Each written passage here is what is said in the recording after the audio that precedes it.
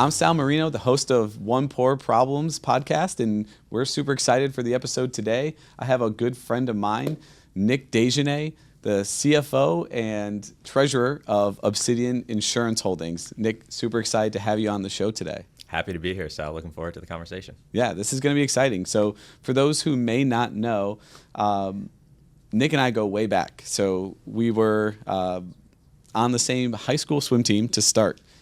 Actually, fun fact, you were the captain when I was a freshman coming in. So we go back a long time, and it's been pretty cool to see our journeys kind of colliding where, you know, now we partner together on some business fun that we do. And, you know, I'm excited to be able to talk today and specifically around, like, how do you have, you know, productive meetings and getting really beyond the boardroom. So for those who may not know you, I know I do. Tell us a little bit about yourself, your background, and kind of what led you to here. Yeah.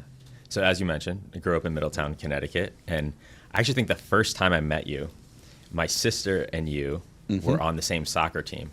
Yeah. And your dad, I think, was the coach, thundering up and down the sideline. You running around, didn't have the mustache yet. But nope. This is a new addition. Exactly. all around the fields. And then, of course, swam together in high school and stayed in touch all the way through. I ended up going to Boston College, swam there, and joined the insurance industry after graduating. Had a number of roles, all within accounting and finance, strategy, in a couple different insurance companies. And then in 2020, with some partners, we formed Obsidian. And at that point in time, we needed an IT department. And we tried to cobble a couple things together for the first few months, and then it just made sense to give Foster a call.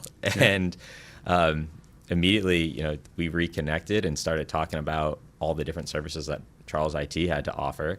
And you helped us get onboarded, and it really helps propel our growth. So Obsidian Insurance Company, or Obsidian Insurance Holdings, we can edit that one. Let me say the right name.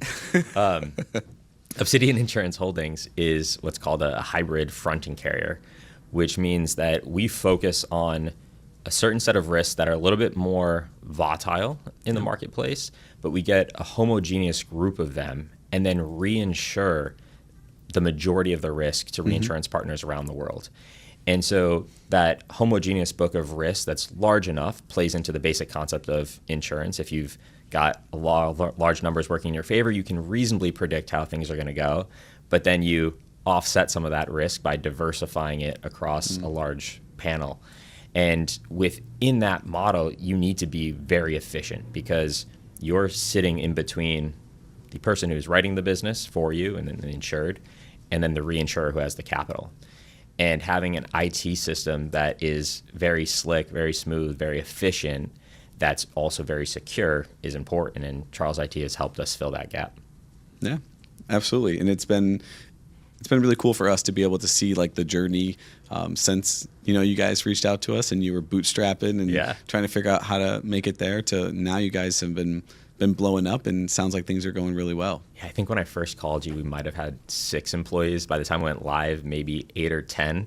Yep. And now we're up over 40 and continuing to grow. Yeah. And we had no revenue, and we're going to do over $600 million this year. I mean, that's really cool growth. That's super cool growth. That's awesome.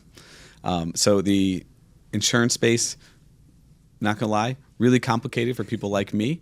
But what's even more complicated is apparently your palate. And so, as you know, like on the show, we always ask people, what's like your drink of choice, right? What's something that, you know, you want to bring on the show, have a conversation about, and kind of tell us why this is important to you. So by all means, let's pour a glass of this and tell me why this Dole orange peach mango juice was impactful. Yeah, so the idea was I started to think about our relationship, how long we've known each other, and going back into childhood. And as a kid, loved juice. And later in life at BC, after swim practice, show up in the dining hall, and they had juice combinations like this. And so I was like, you know what, this is a great way. It's middle of the day. It's just a little throwback, some juice. Probably got a healthy dose of sugar in there. So it will keep us awake and energized as we go through. So yeah. Love it. Cheers. Cheers. Thanks for coming on today. That's pretty good. That'll bring you back. Taste the mango right through there. That'll bring you back. Yep. Yeah. Yeah. So for me, again, one of the biggest reasons why I wanted to have you on here and talk to me a little bit is it's funny for me to be able to see you in a bunch of different leadership roles, right? We talked about how this started. Yeah. You were the leader of our high school swim team, right? The captain, someone that, I had a lot of respect for, going through my swim career, and, someone that obviously we've stayed in touch since then. And now your background before you started Obsidian to now being the CFO, you've had a really interesting journey. So I know today we're going to be talking a bunch about meetings and specifically how you're involved in them, some advice for people that, may be trying to run their own meetings or try to improve the ones that they have, or figuring out like who should even be involved. So I think one of the best places for us to start is just meetings in general. What are some of the frameworks or different types of structures that you've used in the meetings, within your organization? Yeah. I think it starts with that intentionality. If you're having a meeting, you have a goal. And so with that goal, you want to make sure it's clearly articulated to everybody who's going to be involved at the meeting. And so first is self-reflection. Just think about, if I'm doing this, why am I doing this? And then I need to communicate that why to anybody I think is going to attend. And as I do that, I need to think about why each of them are going to attend. And I think there's a lot of different types of meetings. Sometimes it's purely for communication. I need to get this information out. Sometimes it's a brainstorming session or a workshopping session. Sometimes there's a real issue and I need to troubleshoot it. Sometimes it's, I want to just bring the group together and build some community and make sure we're all on the same page. And each of those meetings is going to look like, and by no means is that the exhaustive list, right? Yep.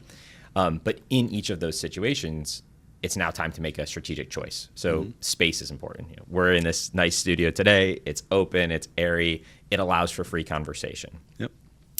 If you want good conversation, you got to think about those dynamics. Yeah. If it's one of those big, we're just going to communicate something out, this probably isn't the right forum. I need something where it can be more direct, person, audience, right? And that's just going to lead to a different feel. How you message, timing around it. Is it an open-ended meeting because it's a brainstorming session and we're going to do this until we figure it out? Or is it very definitive? Yep. And I think the structures of corporate America sometimes make you think it has to be a 30-minute meeting or an hour-long meeting, and that's the blocks, right?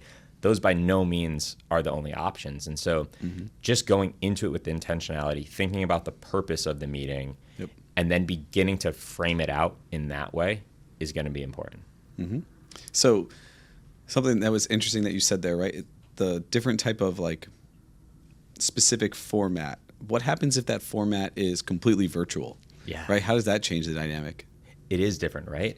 And let's just take one of the examples. So pretend it's just a communication meeting. I'm just trying to get a message out.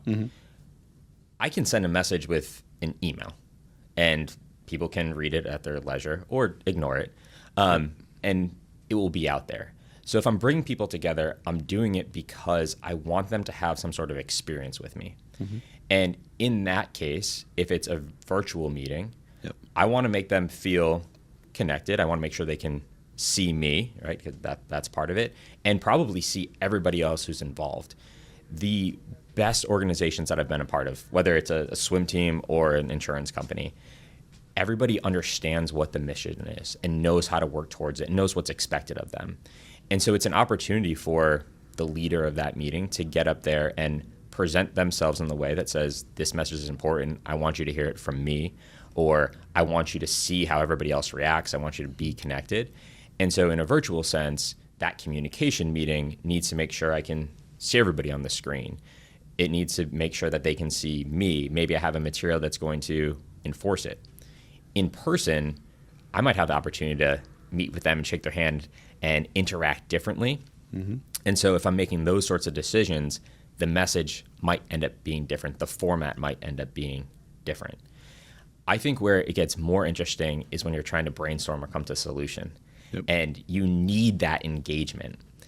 If you're on a Teams call, which is the vast majority of what we do, right? We're remote. I'll call us 99% remote. We meet a few times in person a year with the whole company, and different departments meet a couple other times outside of that.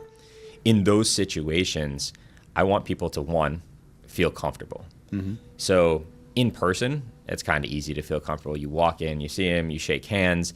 There's always a bit of downtime, let's say the small talk, and you settle into it. Yep. Virtually, how do you make people feel comfortable?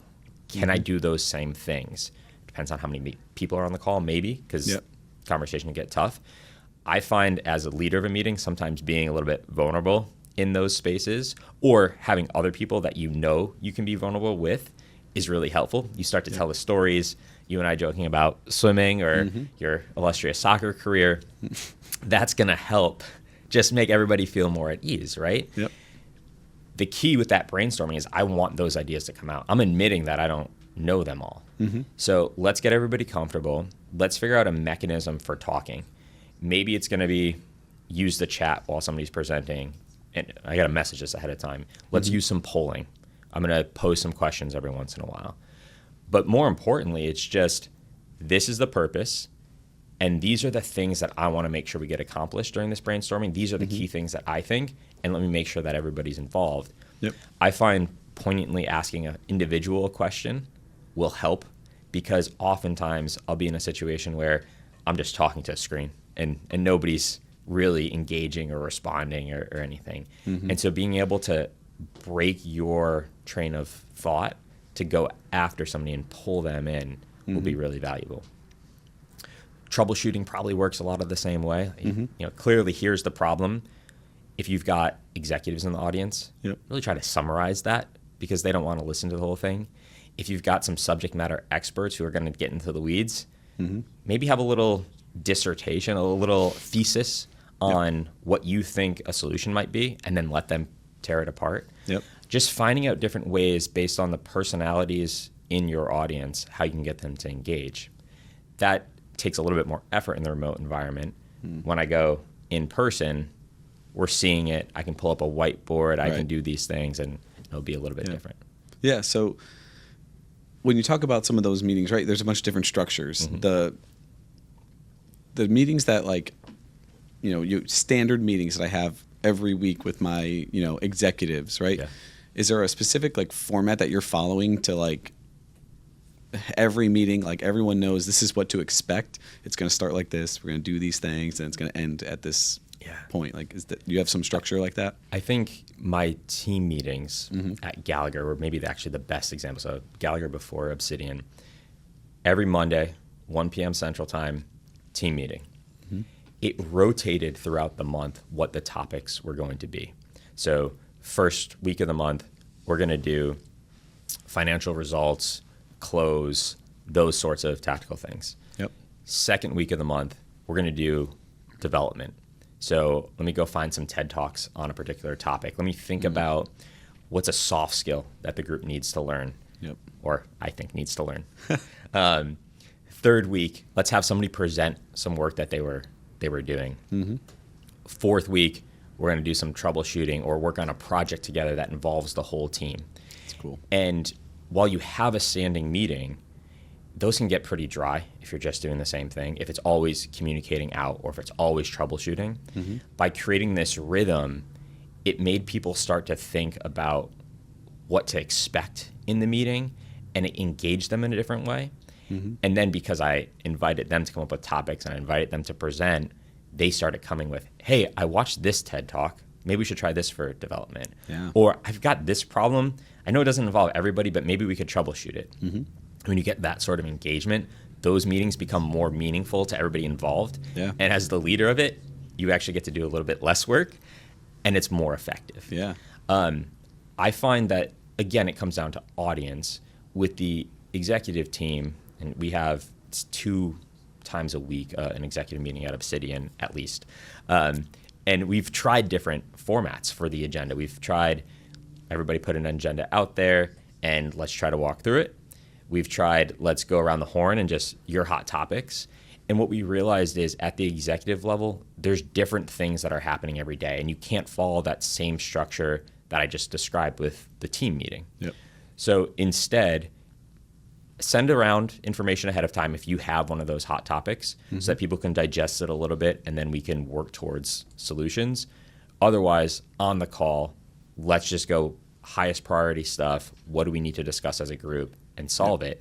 And because it ends up being really focused on the key issues, people stay engaged and we're able to be more effective by the time we get to the end of the meeting with decisions made and everything else. Yeah, no, I love that. I think when I think about the executive team in that meeting and you guys are talking about the key issues and current priorities that are going on, how do you break away from, hey, we're going to work on a bunch of tactical things right now versus like high level strategy and like really working there? Always the balance, right? We've tried to set aside separate time for the high level strategy stuff.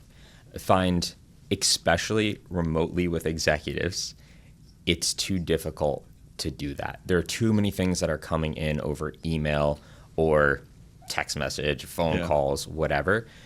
Let's focus on the tactical during those meetings and then set up a separate meeting to discuss that specific topic. And oftentimes we'll do this with offsites. It's a little bit easier to say, okay, put away the phone, put away the laptop, and let's just discuss this. And then that's where preparation comes into play. So if I'm the one hosting the topic, I want to make sure that everybody else knows, one, that is the topic of the day and that we're trying to solve it, but then has at least the majority of the context that I have. So let me send out some prompts. Let me send out some examples of things. And if I can do that, they're going to come that much more prepared. And then we don't waste so much time. Okay, let's recap the issue. Let's talk about what we're trying to solve. Everybody's already coming in with their ideas. And for executives where time is really important, those tend to lead to better solutions. Yeah. So you mentioned like, how do we not have to go back and recap and do these things and waste time? How do you determine what should be a meeting and what simply could be an email, right? Like you always have that debate, how do you determine what's worth that time? I put a level of confidence, I think, around the accuracy of my own decision making and who I think needs to be involved in that decision. So if I'm thinking through an issue, oftentimes I can get it to a binary choice.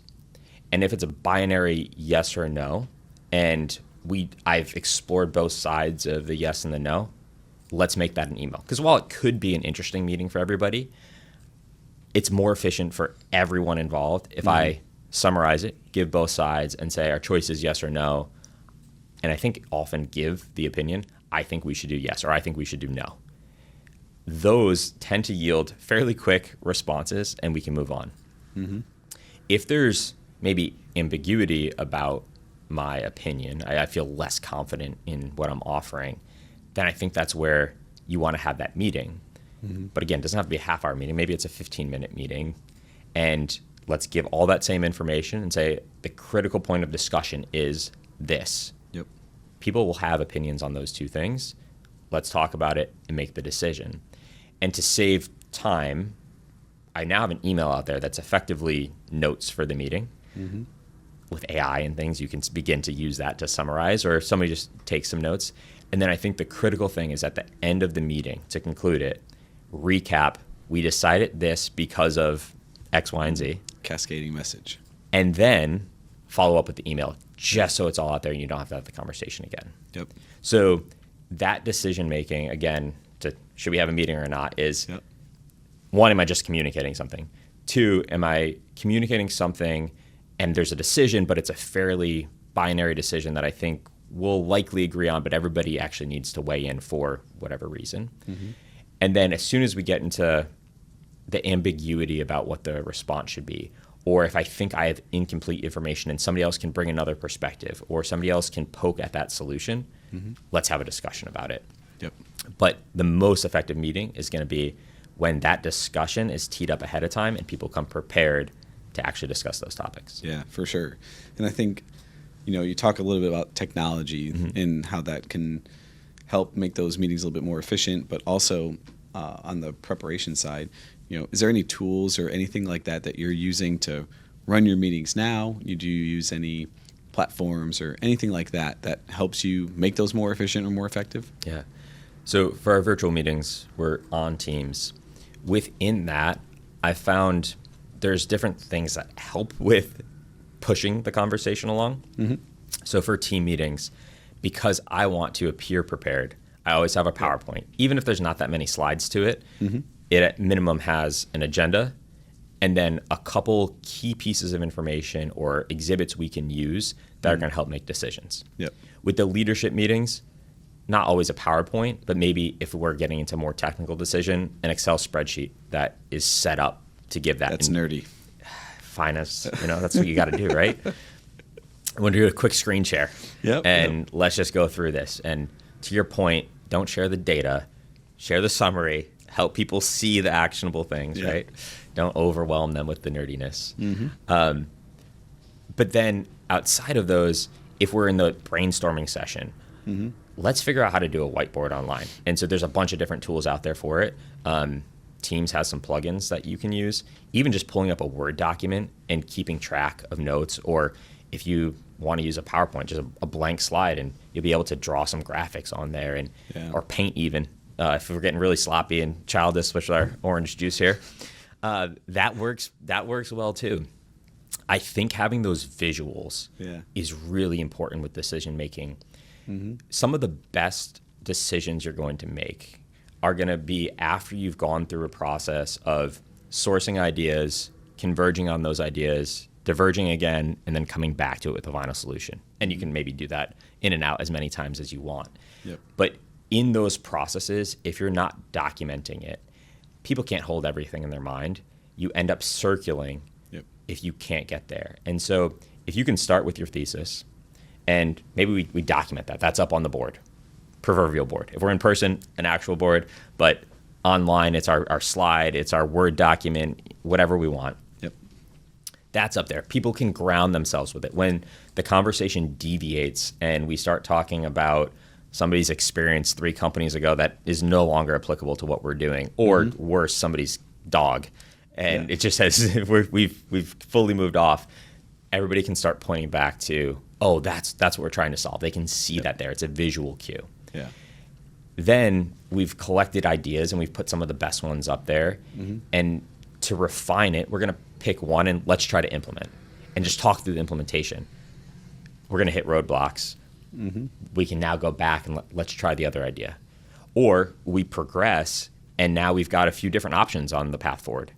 We see that, let's go back and try it again. And now I've got this history of our thought process, and I'm not going to get repeated ideas. I'm going to be able to leverage some of those old ideas and innovate on them and make them better.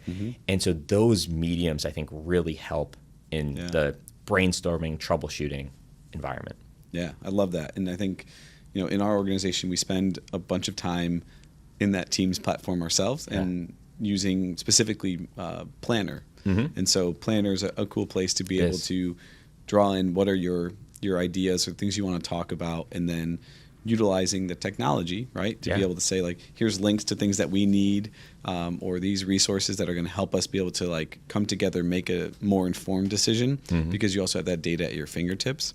So I love the reference back to these different places that you used, or even hey, look at the history that we've done this, then we changed it, then we did this, and you continue to flow through. So all those are awesome ways for you to be able to, continue to progress the meeting forward with that technology.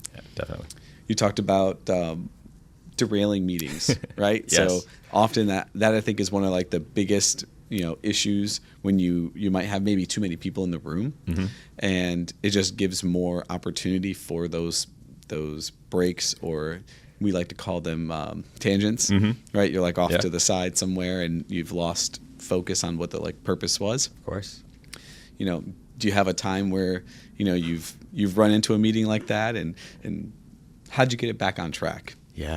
I feel like that happens all the time. So you have a lot of experience. A lot of experience with this, my entire career. Right? The first point you made about too many people in the room, I think, is completely valid. One, the first, when you're going back to our initial conversation about setting the meeting, the purpose, who do I need there and why are they there? You're not going to get the invite list perfect all the time. And often it might be better to invite more people if you're not sure what direction it's going to go. But when I've got the people in the room, how do I keep them focused? And I'm not going to get great results if they're not comfortable. And if I shut it down or I try to direct it back too quickly to stay on topic, we won't get the best possible solution. And so I need to let that go a little bit. I need to let them take time to talk and facilitate each other's conversation, right? They respond to each other. I don't need to be someone talks, it comes back to me as meeting leader. Somebody else talks, it comes back to me. We're not playing tennis. This is supposed to be a group discussion. And I actually think it's often a sign of a successful meeting if the leader can step back and other people are talking. So as we start to deviate, we don't want to go too far. We don't want to waste too much time. We've talked about virtual versus in-person. I'll just make a distinction. In person, I might let it go a little bit longer because you can feel the energy in the room. People, if they are really responding to each other, maybe we let that run. In the virtual setting, it's harder to gauge that, and often people are starting to shut down, check email, check text messages, whatever else, right? So I tend to hold closer to the schedule virtually. We explore that more. But so let's say we're in person, we let them run a little bit, and then how do I call them back? I don't want to shut down their idea because I need more ideas. I need different ideas. And so I play little games of like, how can I connect this back to what somebody else said? How can I connect this back to the main point? And it's a matter of being a little bit vulnerable, I think, sometimes. So let's say we were talking about how we're going to design this studio, and you start talking about how you painted your kid's room light blue. I'm like, okay, so Sal, you're going on this tangent about how you made a mess painting the walls and you got some on the carpet and whatever else, right? And I'd be like, so you're saying light blue might be a good color because it's calming and you did that for your child, or saying light blue because that's on brand with Charles IT and we want the studio to represent the brand. Asking some of those questions, I think, can relate it back. Sometimes asking it in a way that I know is completely wrong. Like, oh, so you want it to be light blue because that's your least favorite color. Or something, make them say no, because as soon as they say no, they're stopping their train of thought. And now I have an opportunity to pivot everybody back. It's just like switching that dynamic a little bit so I can get them there. I think those methods are good for the soft touchback.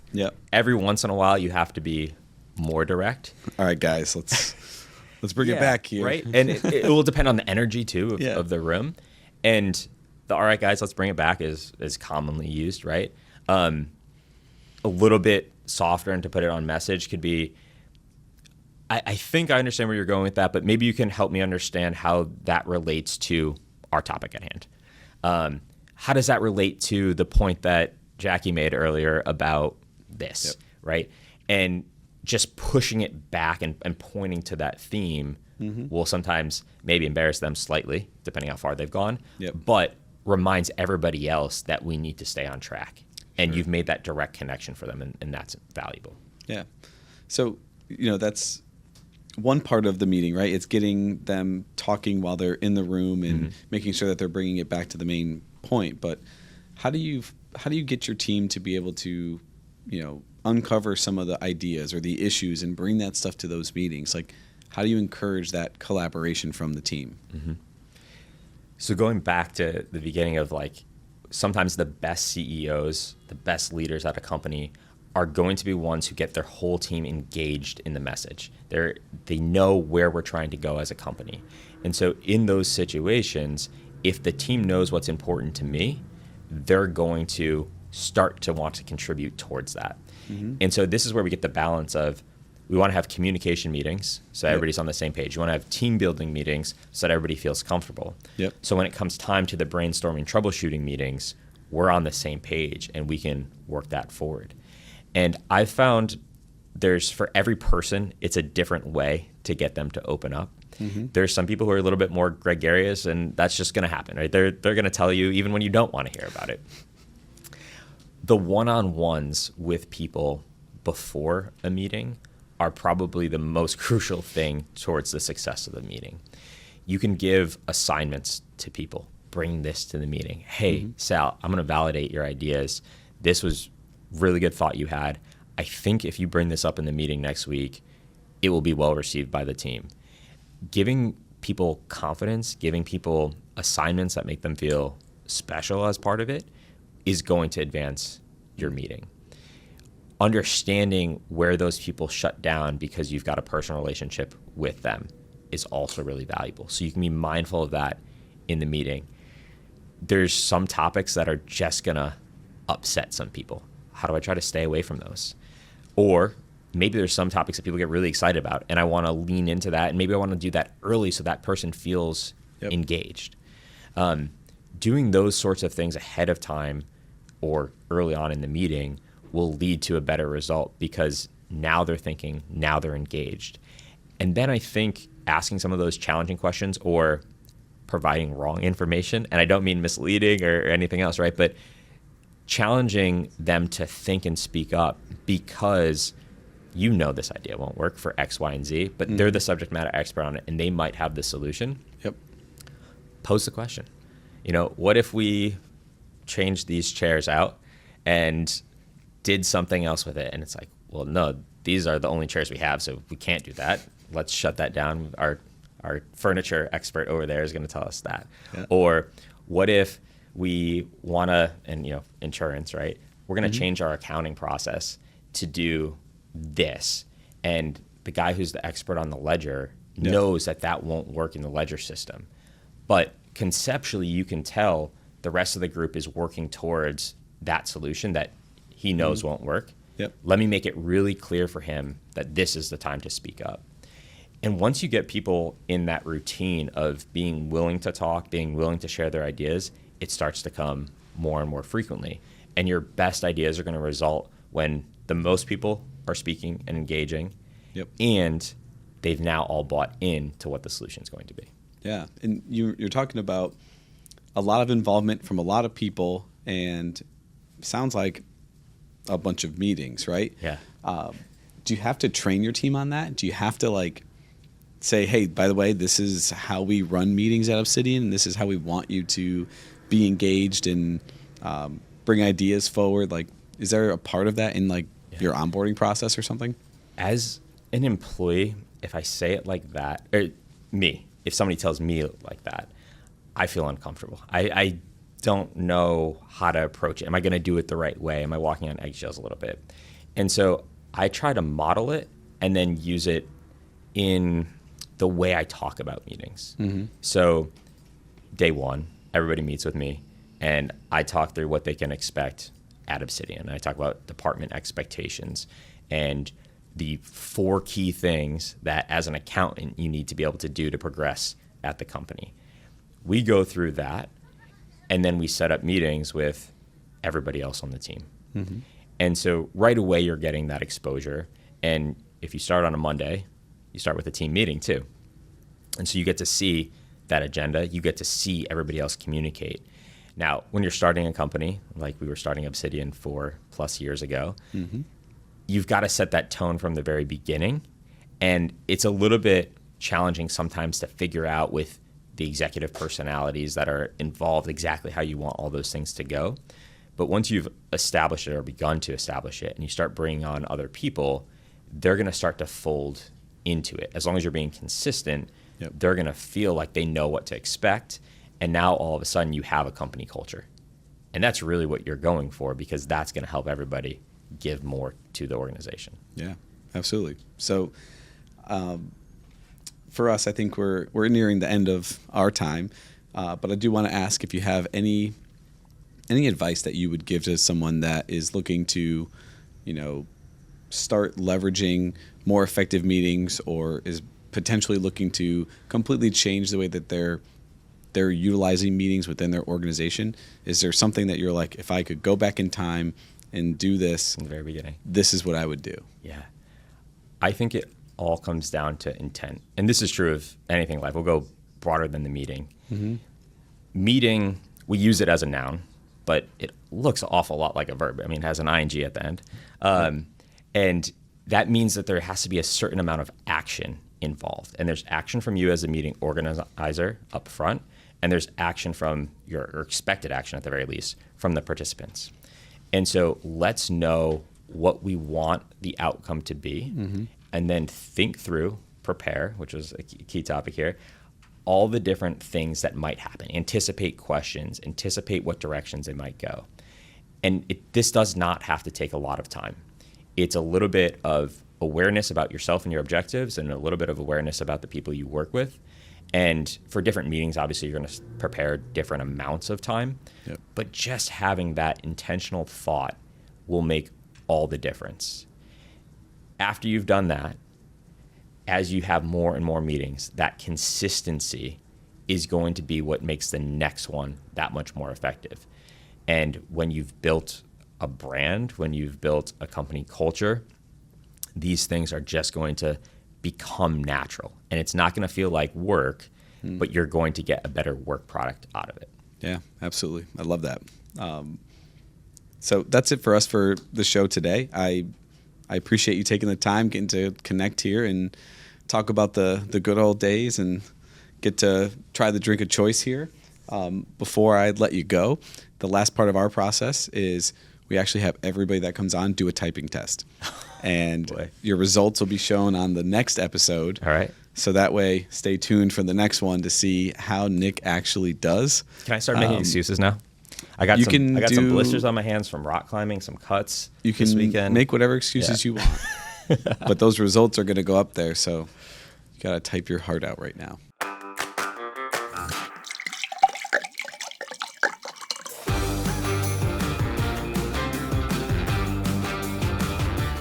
We ready? You sure you're ready? Absolutely.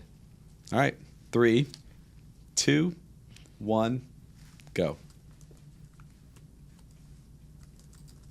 I hope accuracy isn't that. Oh boy, I'm hitting all You're sorts not of off keys. to a great start. I'm to a terrible start. From what I'm witnessing. You're going to have to bring it back now. I'm going to have to swim against you later. That way I can just prove my speed. Yeah, I don't think anybody wants to see that. We'll just talk about the old legends, and that is it. Mm-mm. Is that it? Not really, but it's going to be terrible. All right.